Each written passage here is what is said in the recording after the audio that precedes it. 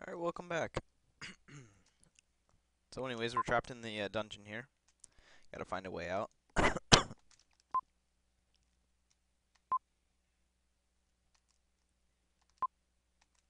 Anyways, what you really just have to do here is end up waiting. So, luckily the emulator I'm using has a speed function, so you can just speed through this stuff. If you can just sit here for a couple minutes.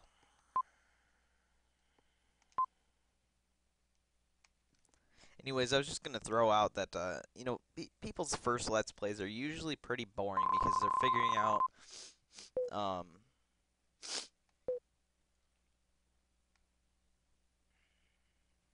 Alright, so I guess the flute, or his father can speak to him through the flute.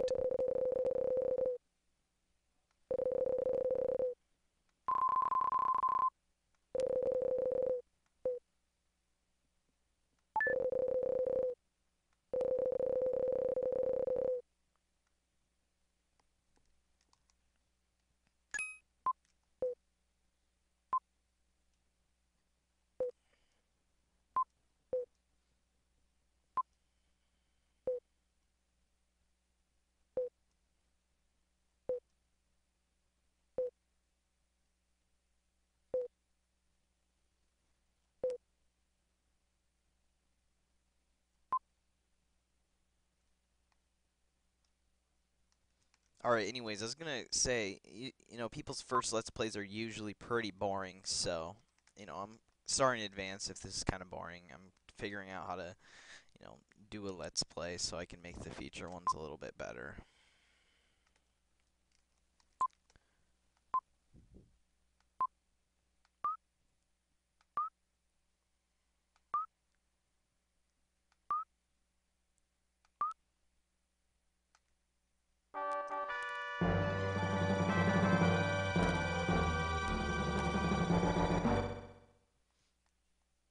Alright, cool, we got the key to get out of here. My main complaint for this game is the inventory system. Usually when you get a key in a game, you can walk up to a door, press A, it unlocks. But no, in this you have to go into your inventory. Um, let's say we want to play this music here. You have to click it, and then press the use key. The same thing works for a key. You can't open a locked door unless you go in your inventory, press the use key to equip the key, and then click it on the door. I don't know, I think it's kind of tedious. This game's pretty good, I guess, for it being pretty old. Anyways, the battle system is really cool in this. It's a real-time adventure RPG. Yep, that just explained it. Once you kill all the enemies in an area, you get you don't really gain levels, you don't get, like, experience from creatures. So, like, this guy doesn't give you, like, 5 experience. You get, instead of getting experience, you get, like a stat booster if you kill every enemy in the area. And in some areas later on, you can't actually get to all the enemies right away, so... But yeah, so you kill all the enemies in the area, you get, like, I think there's only 3. There's a defense up, attack up, and health up. But, I mean, it's pretty cool. What this game really reminds me of, if you've played it, is Soul Blazer for the Super Nintendo. In fact, they've recycled a lot of the same sounds and ideas. You kill all the monsters, and certain monsters unlocks. Like here's a good example right here. I'll show you after I kill this guy. I mean, in Soul Blazer, the same stuff happened. You kill certain monsters, and it opens a path for you to go in. And they even recycled the sounds for that from Soul Blazer.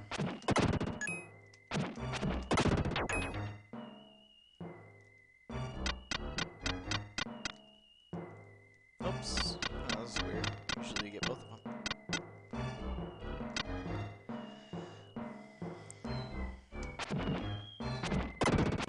You have a little special move here. What was that? I think this thing talks to you. Yeah. Reminds me kind of the fairy from Legend of Zelda. It's with you for the most of the game. Anyway, you do have like a little special attack. You can double tap over, and you do like a little lunge thing. It does like 1 more point of damage. It's kind of pointless because the monsters are so dumb. I mean, you don't really need to use it.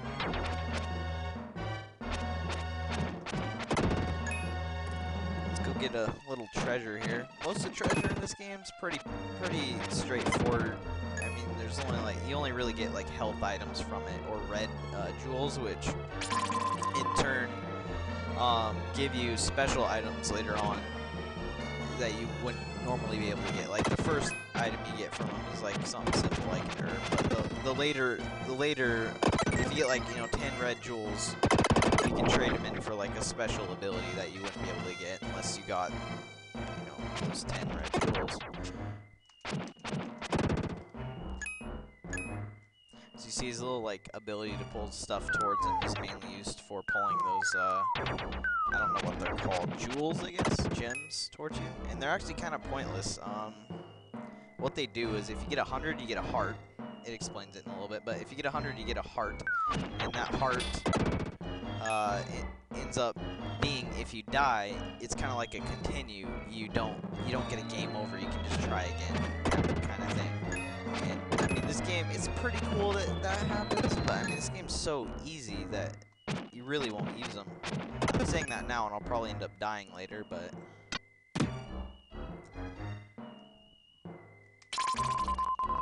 there's a red jewel. I think there's 50 of them in the game.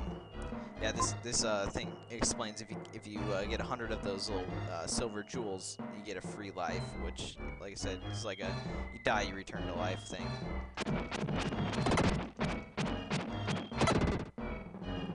Sweet.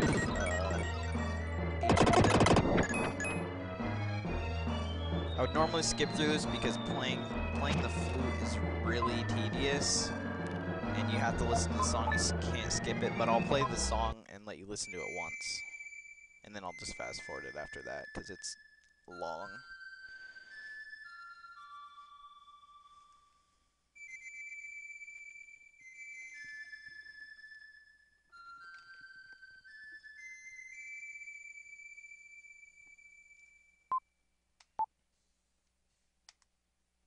Alright, cool.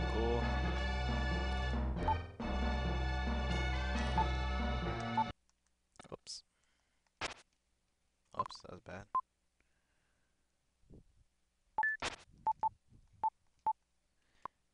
Pretty sure I hit it, but okay.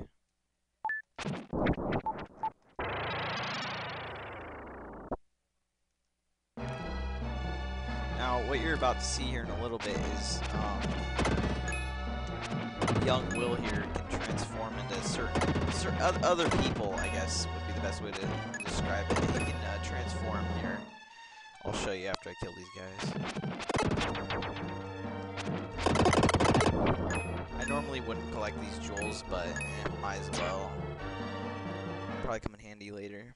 Anyway, this is the save place of the game. You save at this person, Gaia. And I thought it was kind of funny because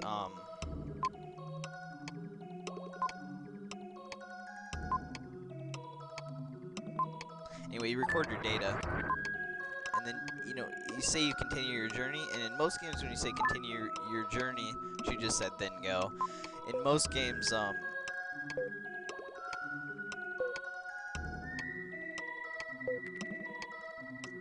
anyways, in most games, you say continue your journey, and whoever you're saying it to says, good luck, she just says go.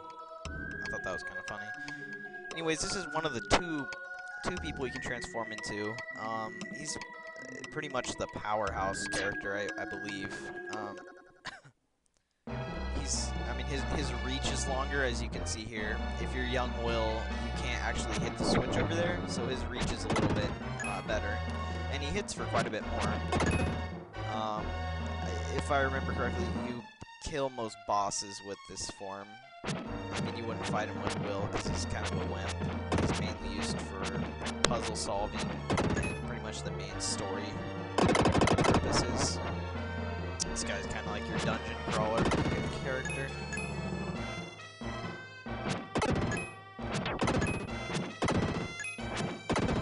As you can see, you can kill most guys in about one hit.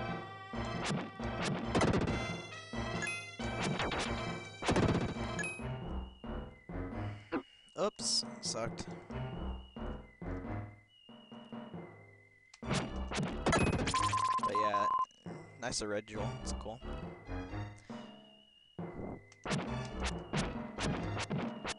These enemies are kind of tough, but luckily, like I said, I've played this once before, so I kind of know what I'm doing a little bit for the most part.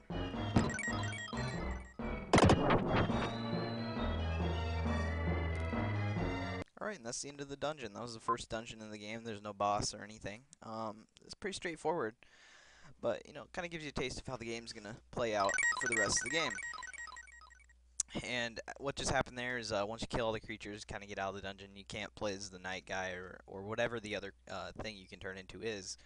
You just go back to your main character. Anyways, I'll stop the video here. Thanks for watching. I'll see you next time.